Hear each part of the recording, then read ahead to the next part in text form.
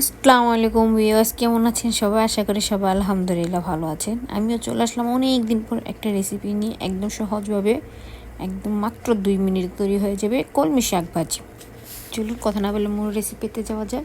আমি প্রথমে এখানে কলমি শাকটা ভালো মতো ধুয়ে পরিষ্কার করে ধুয়ে নিতে হবে, যেহেতু শাক একটু সময় নিয়েই ধুতে হয়, তা না হলে বালু থেকে যায়।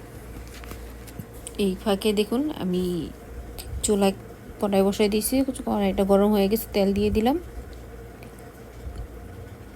তেলটা গরম হয়ে গেলে আমি পেঁয়াজ দিলাম, পেঁয়াজ সাথে একটু শুকনো মরিচ দিলাম, দিয়ে যেমন ঝাল খান স্বাদ মতো লবণ দিয়ে একটু ভেজে নেব।